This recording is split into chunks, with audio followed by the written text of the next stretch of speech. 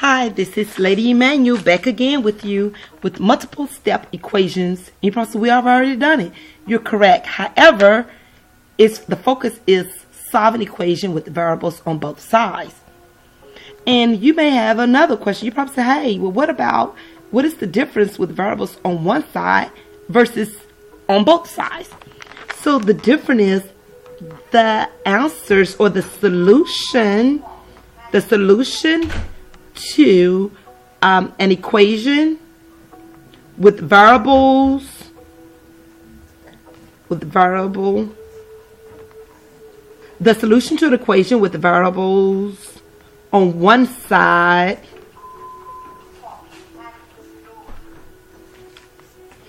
is exactly one solution or one answer. Okay? That's the difference. Whereas both sides yield solutions. Many different solutions. Well, I shouldn't say many solutions. I'm gonna say yield one solution. It can have one solution. It can have many solutions. And it can have no solution. So that's the big difference, okay? So here we go. And you probably say, oh my gosh, that's a lot of writing. Do I have to write it? Keep in mind, you're the one taking the notes. You know what you need, okay? You need to make sure you understand that's the difference. So when it's on both sides, it's something like system of linear equation, which we'll get into depth later on in the year, okay? So here we go. Let's get straight to it. Let's do a diagram. Let's talk about variables on both sides. Variables on both sides. Variable on both sides. I said it how many times, huh? Variables on both sides. Solutions. Okay. And so what I'm going to do, this is going to be the focus. However, doing the Cornell note style, if you will, I'm going to have to go to like a one-pager. And without doing the connection here so that I can put my tree map. So let's do this right here. I'm going to just go to the next page that I have. And I'm going to write an equation with variables. And it's just going to be this like variables. It's not going to be a variety. On both sides. Can have, and I'm put 3 dots, and I'm gonna put this in a little cloud. You can color it, make it colorful for your notes. The brain loves color. Okay, so making my little lovely tree map here. Now I'm going to go ahead and draw a line here. I'm gonna put, because the solution could be a constant. Okay, it could be you can have identity, and I'm going to explain it, and you'll see it could be a contradiction. It could be a contradiction. Let me put my little pretty clouds around it. And go ahead and make my little connection here, because all 3 is a part of an equation with the variables on both sides, and it can have a constant as a solution. If it gives you an identity, it's going to have many solutions. If it's contradiction, it has no solution. So when we're focusing on constants, then that means that when you're solving, you would get a variable equal statement. Meaning you'll get something such as C equals 4, C equals -2, X equals something, Y equals something, K equals some constant, a number. It has only one answer and exactly one. Identity, when you solve the equation, you will get a true statement. Okay, it'll be a true statement. We say identity because whatever you have on one side, you have that exact same on the other side of the equal sign. Or you can get a false statement. In a false statement, you may have something like 3 equals 5. That's a false statement, okay, meaning no solution. With a variable equal statement, your answer you will have exactly one answer. Exactly one answer. This is what you will have. Okay. And just like I said, it'd be something like K equals 3 or B equals 1/2 or D equals -2 and so on. A true statement, you would get infinitely many solutions. Okay. Infinite many solutional answers. Okay. Answer is the same as solution. Okay. Infinite. So a true statement will be something like 14 equals 14. You know, -2 equals -2. And so on. A false statement, you will have no solution. There will be no solution. False statement, like I stated earlier, you get like 3 equals -2. The statement is false, so there'll be no solution. Okay. If I graph this, if I will tell you to graph it, it gives you have intersecting lines. Intersecting lines, and the point of intersection would be your solution. Intersecting lines, infinite many solution, you have coincident lines, coincident. It's sort of like hard to say, coincident lines. Okay. For no solution, is parallel lines. They will never meet. There's no intersection. Whereas in the coincident lines, it's the same line overlapping each other. That's the reason it's infinite many solution. Any real number will satisfy these type of equations. False statements, parallel lines, there will never be a solution because they will never meet. Intersecting lines, the point of intersection will always be the solution when you got X equals a number or Y equals a number or whatever the variable is in that case. Let me draw you some example of the graph. And you probably say, well, and you know that if you do graph, because you're probably thinking, well, what about tables? Could we use tables? Of course. When you have equations, you can always use tables. I may not use it all the time, but you could. You know that you could do it. Okay. Intersecting lines. Let me draw. I love my little pink and my green. Here we go. So your solution would be this point of intersection. Okay. You have a point of intersection. You will have, and since I'm drawing lines, I would say X, Y. Okay. And if you're looking for the X, then that will be your solution. Okay. If you're looking for the Y value, then that would be your solution. But the point of intersection, in this case, X and Y, they are just numbers or constants. Okay. When it's the infinite amount of solution, you will have just this. These are examples of a line. The lines can go different ways except vertically. We're not going to do the vertical. Here, these are coincident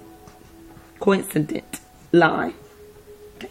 They're overlapping. That was on purpose. So any number, meaning all real numbers will satisfy these equations when it yields a true statement. Okay. Parallel lines, they will never intersect. They will never intersect. That means they will never have a solution. Okay. These are parallel lines. They will never intersect. So there will not be a solution. You're like, you can have equations like that? Yes, darling. Okay. And I'm telling you, these parallel lines, if they don't look like it, you make yours look a little better. Okay. Okay. So though that is just the foundation for solving it. Well, your answer solution, after you solve it, you will either get a variable equal statement, you get a true statement or false statement. So if you get a variable equal statement, you know you have exactly one solution.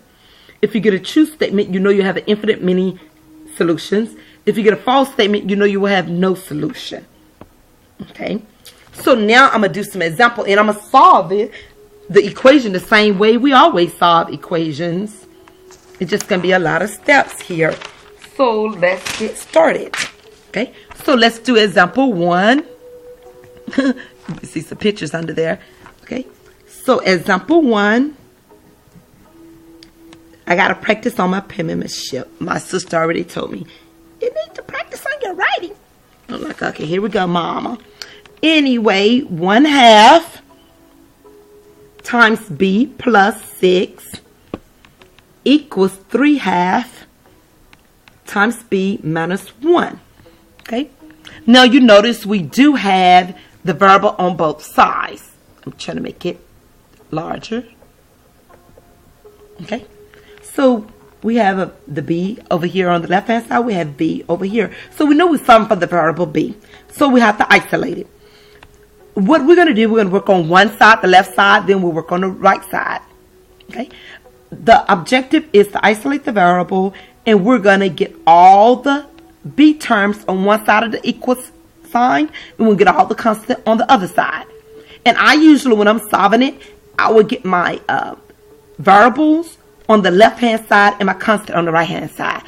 Okay, so really listen to the words I'm saying in the step, because I'm not going to write all the steps down. I'm going to say it, pause the video, and you write the steps in words. Okay, so first I want to get rid of my grouping symbols. Therefore, I'm going to distribute the 1/2 throughout the parentheses. So I'm going to say 1/2 times b, and I get 1/2 b plus 1/2 of 6. What is 1/2 of 6? There you go. It's 3. So I have 1/2 b plus 3 equals 3/2 b minus 1. Okay. Now you notice that I have b still on both sides of the equation. I want to get the b on one side. So what I'm going to do, I'm going to do like we always do. I'm going to do the opposite. This is a positive, and this is positive. It doesn't matter which one I move. However, I want to bring it to the left side, the variable. So this is a positive 3/2 b. So I'm going to subtract 3/2 b from both sides. Subtract 3/2 b from both sides. So you can write that down. Pause. Remember to pause, the take to write. Okay? Or the video. Bring down my equal sign. These are added to inverses because I got 3/2 b and negative 3/2 b. So that goes to 0, leaving me with -1 on the right hand side. On the left hand side, I'm going to bring down my plus 3 because I'm doing nothing to it at this time. Then I'm going to say I have my b. I can bring my variable b here. I have a 1/2 minus 3/2. I'm glad the denominators are the same so we can focus on the numerator. Okay, so we know the denominator is going to be 2. So I have 1 minus 3. 1 minus 3. There you go. -2.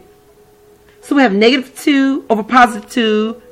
Simplify that. You get a -1, which I'm going to write negative b, meaning -1b. Plus 3 equals -1. Okay. The next step, I want to move the 3 to the right hand side. Since it's plus 3, I'm going to minus 3. Subtract 3 from both sides. Positive 3 and -3 are added to inverse. You get 0 when you combine added to inverses. Bring down my -b equals -1 minus 3 is -4. Is the b by itself? Almost, not quite, because I have a negative sign. I want to know what b is, meaning positive b. Negative b is the same as -1b, so I'm going to divide both sides by -1. -1 divided by -1 is +1, so that's cancel. Leave me with b on the left-hand side equal -4 divided by -1 gives me +4. Okay. And yes, check your answer. So you're going to check it. You check it by using PEMDAS. I will check this one for you. Okay. So I will put, I'm substituting in. That's what I'm substituting in for B. I'm put 4 wherever I see B. So I'm going to have 1/2. 4 plus 6 equals 3/2 times 4 minus 1. I'm working one side. I'm going to work one side. 4 plus 6 is 10 times the 1/2. 1/2 of 10 is 5. Very good. To the right hand side. Here, I had the 3, but I have the 2 in the denominator, and the 3 is in the numerator, 2 is in the denominator. 4 is in the numerator. So it's like a 1 of the denominator. So with this 4 and 2, what I would do, I cancel the 2 out with the 4, because I'm going to say 4 divided by 2 is 2. So 2 cancel out, leaving the 4 is 2. So 3 times 2 is 6 minus 1. 6 minus 1 is 5. Yay! It checks out. So my answer is correct. That's how you check it. You could make a table to check it just as well. Okay? Example 2. Example 2. Oh, you see this? We got exactly one solution. Why? Because we have a variable statement here. The variable equal statement. You got a variable equal a constant. Yay! Okay. So example 2, we have 3x plus 15 minus 9 equals 2 times x plus 2. You have variables on both sides. X on the left, x on the right. Okay, let's work one side. And remember, the objective is to get all the x terms on one side and all the constant on the other side. Okay, so, and therefore, that's how we solve it when it's variables on both sides. It's still multi-steps. So here, I notice I got plus 15 minus 9. Those are both constant. So I'm going to combine those like terms. And you probably say, why don't you do the group sign first? You can. It doesn't matter. You get the same results. So here I have 3x. 15 minus 9. Yeah, it's 6. So it's plus 6. Equals. Let's do the distributive property. Get rid of the grouping. Distribute the 2 throughout the parentheses. So I have 2 times x is 2x.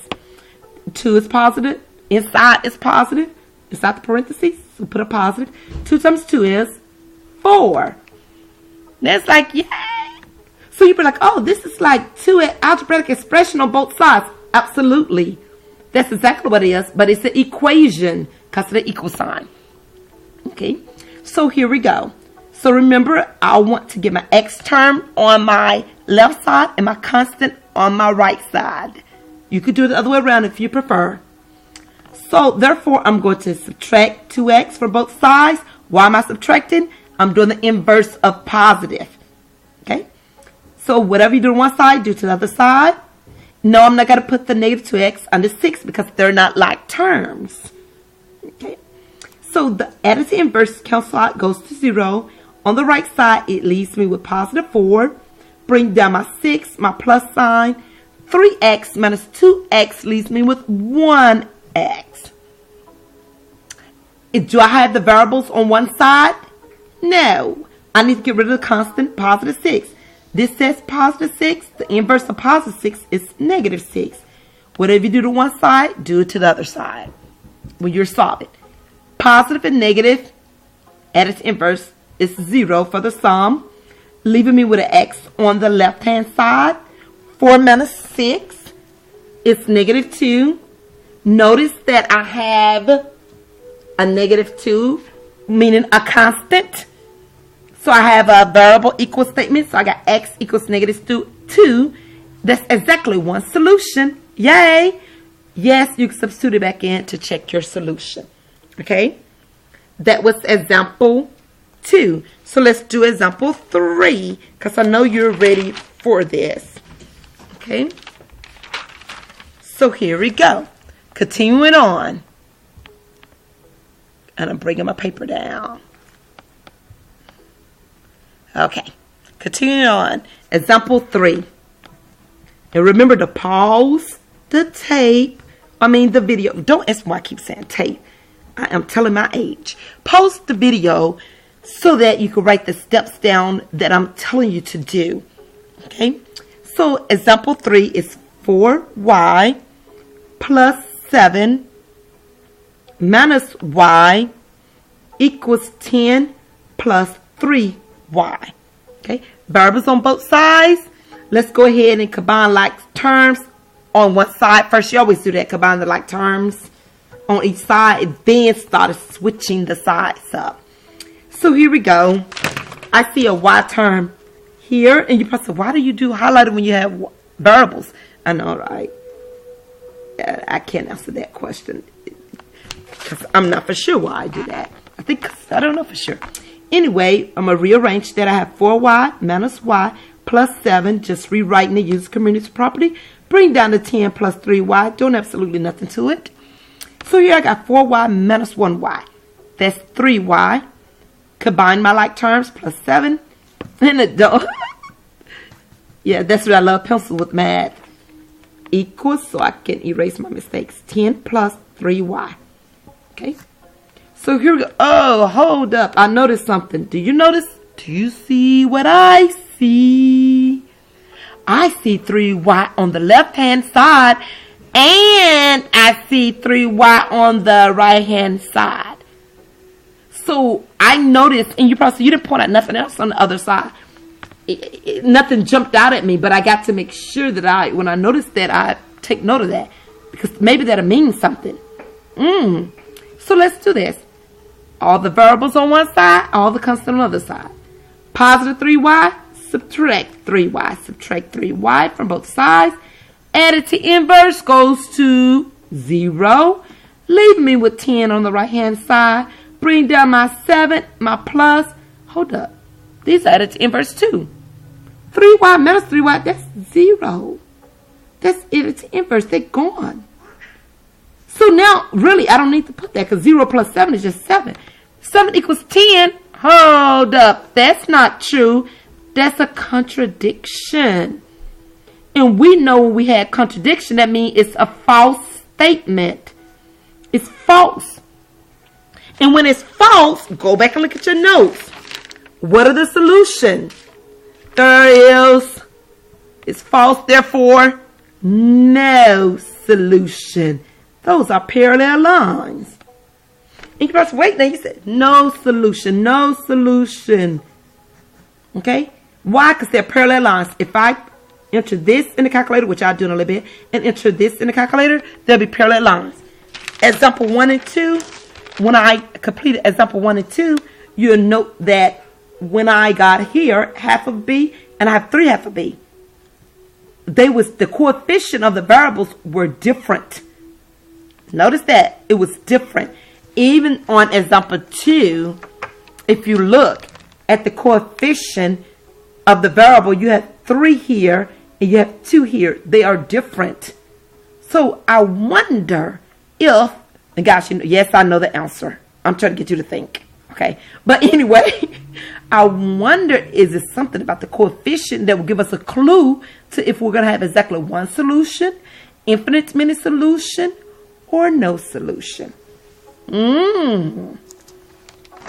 Let's go on to example 4. Then I graph everything for you.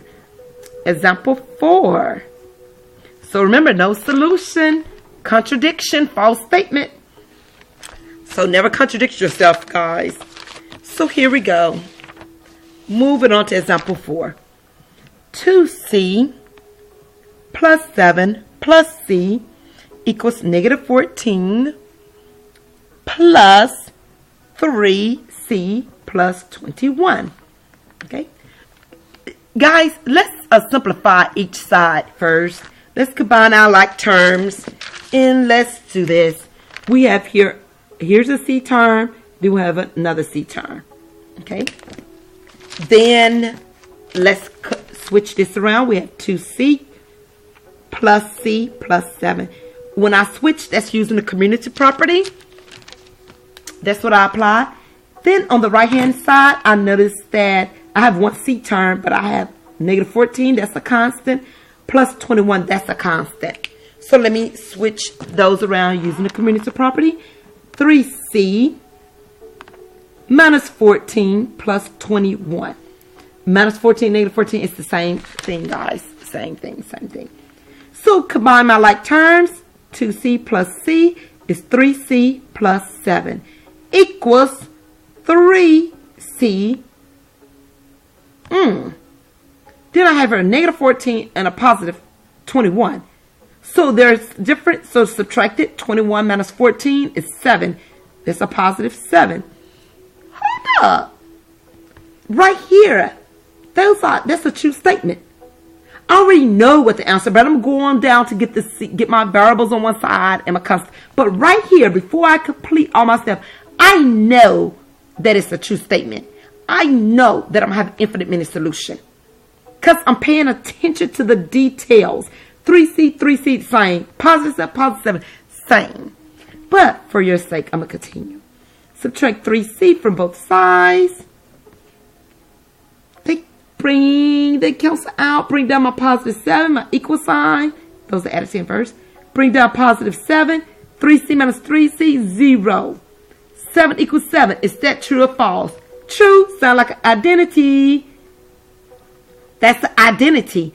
Identity meaning that whatever it's on the right, one side, it's on the same side. It's like looking through the mirror. You see the same thing. Identity statement right there. Meaning it's true. And therefore, infinitely many solutions. Okay? And you probably say, well, what is the answer? It could be anything. Any real number. You could say all real numbers. Okay? I could put 1/2 in there. -2, -0.789. 1117, whatever, it'll make it true. It'll satisfy the equation. Okay? Yay! Wasn't that fun? So just say that you was using the lovely calculator and you wanted to check these because you could see how to graph. Remember what we said about the graph?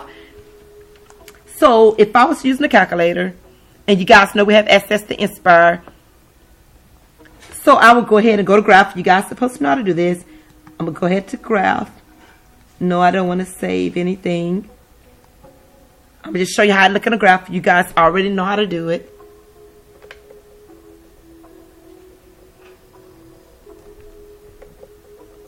I'm adjusting.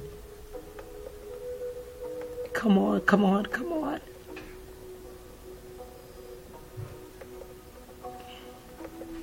Oh, come on. It's trying. All the light. Okay. So I'm going to go to graph. Hopefully we can see it. If not, I have to just show you in class.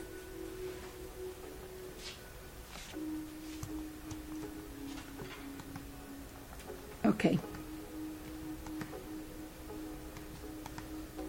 Here we go. Add the graph. Can you see?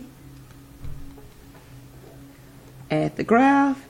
So I'm going to put in here. I do not like the idea. You can't see. You know what? I'm not going to do the graph yet because of the calculator. You can't see it. But know that example 1, or what have you, let me zoom out. Just know that on example 1, if you had graphed this, then you would have had a graph that looks similar to this. And you would have had a point here. And this point here would have been a part of your solution. It would have been 4, 5, where 4 would be your B. That would be your B. And the 5 would be F of B. Okay? Because 5 would be your output once you substitute the 4 in like we checked here. So your point would have been 4, 5, with 4 being the input and 5 being the output. Okay? Independent variable, dependent. Okay? And here, for example, 2, you would have had something similar. You would have something similar. I'm making sure. And your graph now, yes, my slope and everything is not quite perfect, but I'm giving you an example right here. The point of intersection, it would have been -2 common, and right now I'm quickly processing this -2, 0. It would have been 0. Yes, -2, 0. Okay, so this would have been your x, and the 0 would be your f of x. Okay, this would have been your input, your answer, your solution to the equation is your input, and the output would have been 0. Okay. So that's your point of intersection. Now, if we have done this here, if we graph this, if I could have gotten the calculator to show up good, then what you would have seen, and it says no solution. So what you would have seen here, 3y, positive 7, 10. Okay, so you would have seen a graph like similar to it, not exact. Your lines would have looked like that, okay? With, let me see which is which. Oh, it's basically the same. So that would have been your answer, no solution. So look, it's no connection, no solution, no intersection. Okay, that's your graph. It looks similar to that. Then here, for example, 4, it would have been, you would have graphed, let me see, 3, at least, no, that's positive. So it would have been, here's one of the equation, and then here's the other one. They would have just overlapped. Okay. So that's all for you people. Love you guys. Have fun with the math. Yours truly, Lady Emanuel.